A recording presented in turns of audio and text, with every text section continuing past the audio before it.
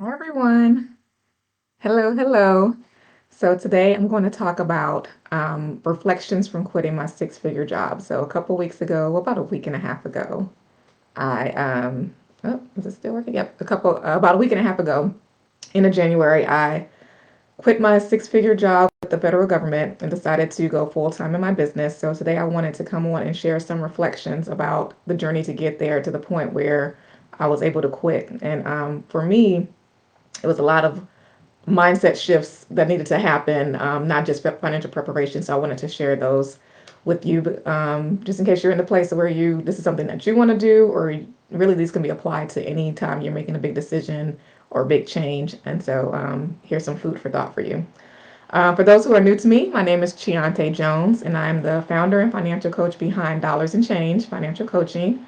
And I help women with their money, basically changing their money beliefs so that they can create a solid financial foundation to build wealth for themselves. So, as I was preparing for this, I ended up coming up with a lot of thoughts, more than I even thought that I was going to come up with. So I wrote a couple notes down so I don't forget anything. But um, like I said, it was just so this wasn't something I just made a rash decision about. I thought about this over the years. It took some time to prepare. There was a lot of mindset shifts I needed to make and perspectives I needed to change to get me to the place where I was okay with making this decision and taking the leap to go full time in my business. Um, so one of the first things I want to talk about is that I had to work through was breaking the conditioning of the American dream, right? Like what we're taught and raised to believe is the American dream. So I did all the things right. So I all the things you're supposed to do to be successful. I got good grades. I went to college. I picked a major that was, a lucrative field where I could make good money. I got a job with great benefits, with the federal government. I worked my way up and progressed in my career, hit that six-figure mark at the house, got married, all those things. So like this is kind of like, living the American dream. These are the things you're kind of conditioned from early on.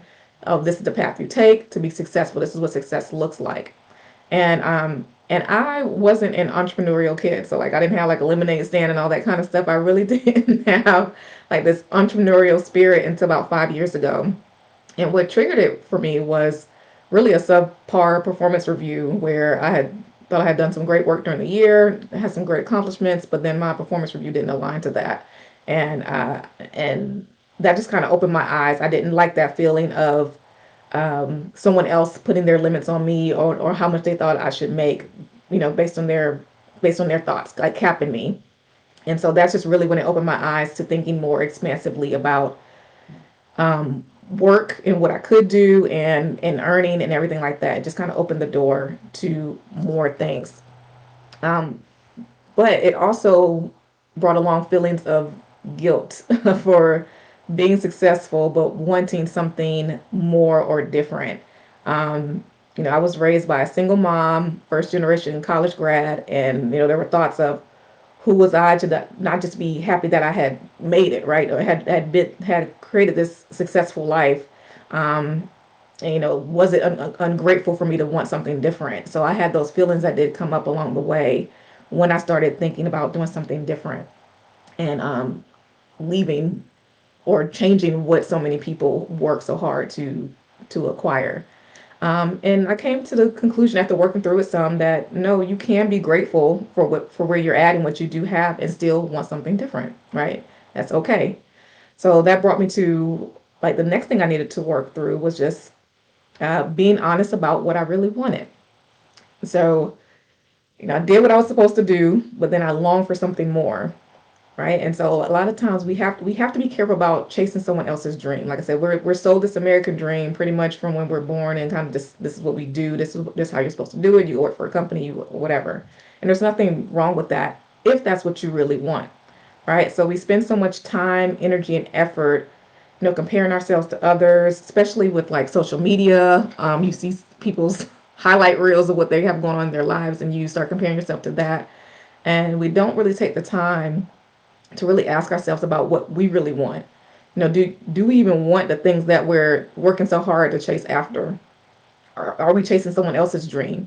And and like, we're kind of in this constant state of trying to get to the next thing, and then only to get there and find that we're not really satisfied because we're trying to get to the next thing. And so I think part of it for me was just being honest about what I really wanted, and just being honest about that and being okay with it, that it was something different than what I had wanted up to that point, and just being okay that what you want can change, right? So like maybe that was fine for me for that period of time, but it maybe something that's fine for you for a period of time, but it's okay for you to change your mind, and whether you're exposed to something different or just realize that there's a different option, you change your perspective on something, and it's okay to change your mind and want something different. There's nothing wrong with that. And a lot of times when it comes, I post about this not too long, I think it was last week or something, a couple weeks ago, about being honest about what you really want. A lot of times we don't allow ourselves to do that because we don't know the how. We don't know how we'll make that happen. It doesn't really seem like a possibility. And I just want to say, let just start with saying what you really want. Just start there. That's the first step. Like the how you can figure out later. You'll work that out later, but just take the step of being honest about what you really want and just starting there, because that's really going to get the ball rolling and open up the doors to what else you can do. It's just believing that something is initially possible, or just being honest about what you want to be possible. Okay. All right. Third thing was realizing that it doesn't have to be bad to want to change. Like a situation doesn't have to be bad to want to change. So as humans, we like to be safe and secure. We tend to resist change. A lot of time we don't make a change unless it is a bad situation, or we absolutely have to. And actually, we'll often stay in a situation that is bad, or that we don't want to, because it's familiar. Like we'll cling to that familiarity rather than really going after something that we really want, but it's unknown. Um, and so we stay put until a change is forced upon us. You get fired or laid off, and then that's when you finally decide to do the business or go back to school or to change careers or whatever it is that you really wanted to do all along, but you were comfortable, and it was familiar, so you stayed there and you kind of pushed those feelings aside, to stay safe or whatever. But my question is like, why can't we just make the choice or make the decision to go after what we really want, even if nothing is wrong with the current situation? And that's really where I was in my role with my at my job. I actually like my position. I like the work I was doing. I had a couple of years ago switched into this new role, which really helped because I, was a better fit for me. I had just recently got a raise, for the current year. I was in one of the few positions at my company or agency where I did have the option to work remotely, and which was rare. So it was like a really good situation. Like I was really good, had some flexibilities. I enjoyed the work, but I knew it wasn't what I really wanted. Right? I knew I wanted something else, and that goes back to the being honest part. Right? I knew it was something else that I wanted. So my job was a really good situation. I could have chosen to stay there. I would have been fine. Things would have kept going along, but that's not what I wanted.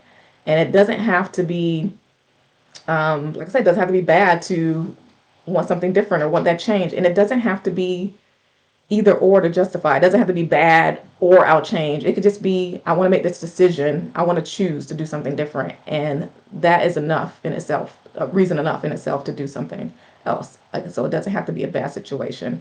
I actually think it's actually more empowering to make that decision from a place of power rather than it being a bad situation, because you are consciously deciding this is what I want to do instead. Um, all right, so here's a big one that a lot of people struggle with, and I've struggled with it too. That's why I'm saying it. But being worried about what other people will think, right? We as people worry so much about what other people think, and so for me, it was kind of two things that came up. It was one about what will people think or say about me leaving my quote, successful career. And then also what will people say or think about, what if it doesn't work? What if I go out into this business and, the quotes fails, which I will talk about more later, right? So this is one that came up for me, but it didn't come up too much. And really it was more about not just in general what people would think, but like more so like loved ones and close ones. Like, so normally there's certain people that you care more about what they will think. But for me, I mean, I can't say that I don't care about what people think, but I've always been one to stay true to myself and kind of do what works for me. So that I think I had that in my favor of already kind of being ahead of the game with that. And honestly, as I've gotten older, I care less and less about what people think, and I think that just comes something that comes with time. I've talked to other people who kind of feel that same way, um, and a lot of people have a lot to say about what you're doing, but they really aren't doing anything themselves. So like You have to be careful about allowing people to project their fears onto you. And at the end of the day, no one knows what's best for you more than you do, right? No one knows what's best for you more than you do. A lot of people have a lot of opinions, but it's your life. You have to live it. Um, so there, of course, there's other people in your life that you have to consider when you're making a big decision, and because it will impact them. But you don't need external validation. You don't need permission to decide for yourself what you want. Even if you have to make some adjustments to get there to make it happen, you can still just validate yourself. Like nobody needs to validate your vision of what you want or for yourself, right? And nobody has to give you permission. You're an adult. You can just decide. And so I've learned to trust my gut and my intuition for what's best for me. That's worked well for me up to this point in my life. I'm going to continue to do that. So a lot of this was about just trusting myself that I could, figure things out and it will be okay. All right, I'll make it work and be okay.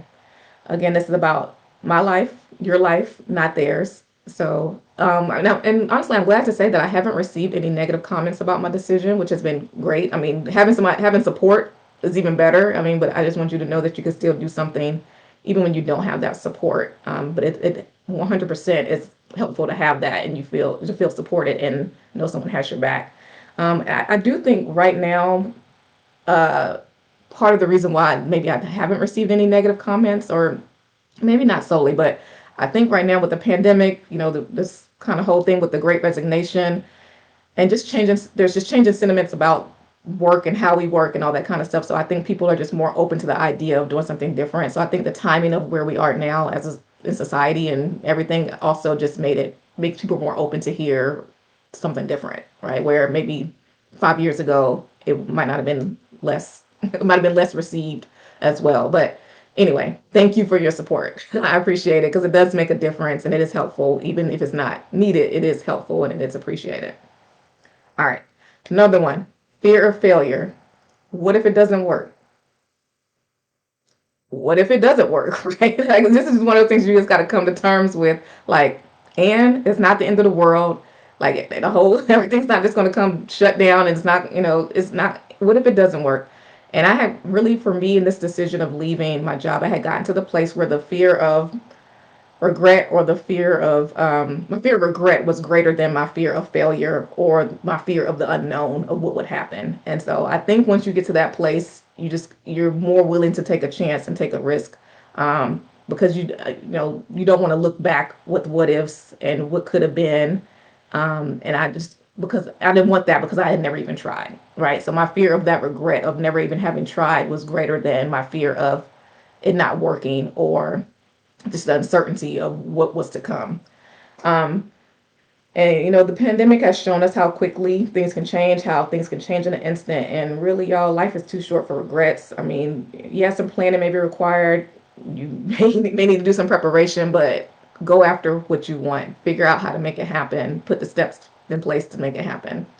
And a lot of this is not, when it comes to fear of failure, I don't think it's a fear of things just not working in itself. Like I think it's more so going back to the last point, fear of what people will think about you failing, right? or see you not, if things not work out for you or like you wanted it to. Um, and again, people will always have those opinions about what you did or didn't do and all that kind of stuff, or what you should have did. But a lot of them won't even have the courage to try.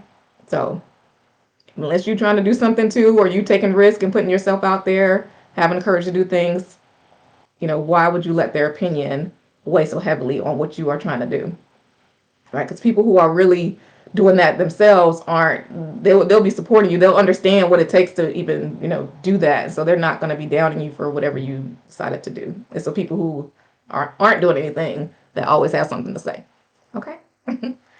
um, Let's see, fear of failure. What else do I have to say about that?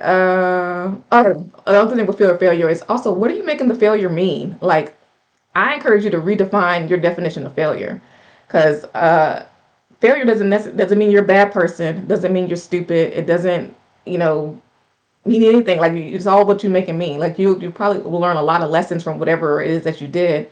So at the end of the day, you just tried something and it didn't work. Okay, now you have that information and you can go try something different.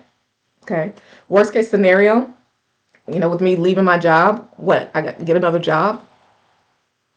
Okay, it does. Or you go back to the job that you had. So what? It's okay, y'all. It's not the end of the world to do that.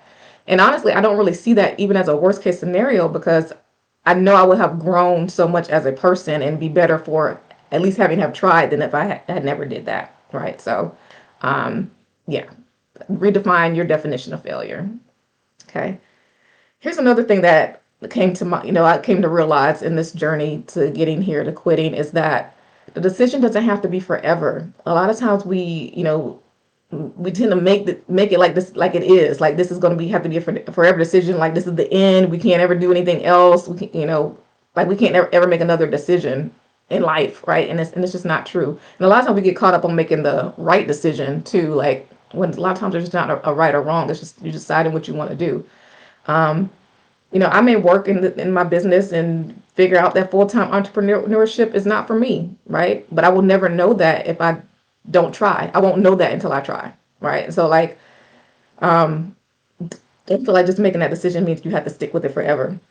And you know what? And there may be a point in time where going back to being an employee, working for a company or something like that is a better fit for my life at that time, or for whatever situation is I'm doing at that time. Or like I said, just because I get tired of being an entrepreneur, that's okay, y'all. There's nothing wrong with that.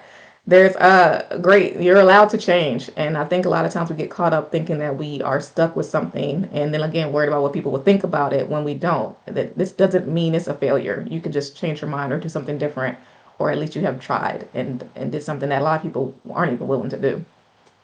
All right. One more thing about that I've come to realize along the way is to set realistic expectations. Know why you want the change. What will this change give you that you don't currently have?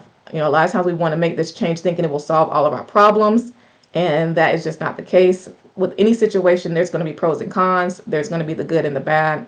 Everything won't all of a sudden be perfect. So always have realistic expectations of you know, um, whatever changes you're trying to make. Like it's not going to be a total across the board problem solver. Yes, it could absolutely make some improvements in your life or address some things that are issues for you or whatever. But there's always going to be some good and bad to whatever situation that you're in. And so I encourage you to just look at the things that you can do right now to bring you more happiness, to bring you more joy, rather than waiting for this, lofty time in the future that may or may not come or may be way down the road. Why wait till then? Figure out what you can do right now on your journey right now to be happy and find joy, rather than just waiting till this time in the future. Which I promise you, when that time comes and that thing happens, it won't automatically solve all of your problems anyway. Okay. All right. So of course, I'm a financial coach. So I don't want to wrap this up without at least talking some about finances and just pointing out that me being able to do this 100% is from me planning and making the decisions ahead of time to position myself to be able to do this, to give myself this financial flexibility. There were times where even when I didn't know exactly what I wanted to do or exactly what I was saving for, I did know that I wanted to have options. And this is exactly the type of option that I wanted to have. Like I didn't know it was going to be, entrepreneurship, but like just to be able to do something different, to change from a situation that I felt like was no longer serving me or a good fit for me for where I was in my life, to do whatever, right? So I am definitely a proponent of having options. Having your finances in order are pretty much all the time a key piece of being able to do that. So I'm all about financial flexibility and giving yourself more options in your life. And I was able to choose to leave my six-figure government job with great benefits from a place of power because I laid the financial foundation, a solid financial foundation to be able to do that. And that's for making choices and putting in the effort to position myself to be here. And as a financial coach, this is exactly what I help my clients to do. Okay. I help them decide what they want, put a plan in place, build the solid financial foundation, and create new possibilities with their money and with their life. This is what I help people do, y'all. This is what a financial coach can help you do. This is what I can help you do. And if this is something, if you have something, and I know you do in your life that you want to do, you're not sure how to get there, your finances may be something that needs to be worked on to help achieve that. That's part of the how. I can help you with that. So take everything I said today, reflect on it, think about your own life, what you really want in your own life, and what you need to do to get there. If your personal finances are one of the things that needs to get in order to help you get there, I'm here and I can help. So schedule a consultation with me and let's talk about it and let's put a plan in place to make it happen for you. Okay. Drop me a hello in the comments. I was supposed to say this at the beginning, y'all. Drop me a hello in the comments. If you catch us on the replay, let me know replay. Let me know if you have any questions. And yeah, hopefully this was helpful for you. And I will share it with someone who might get to hear some of what I shared today. You know, just that encouragement, that inspiration to go after what they want. All right. All right. I will talk to you guys next time. All right. Bye.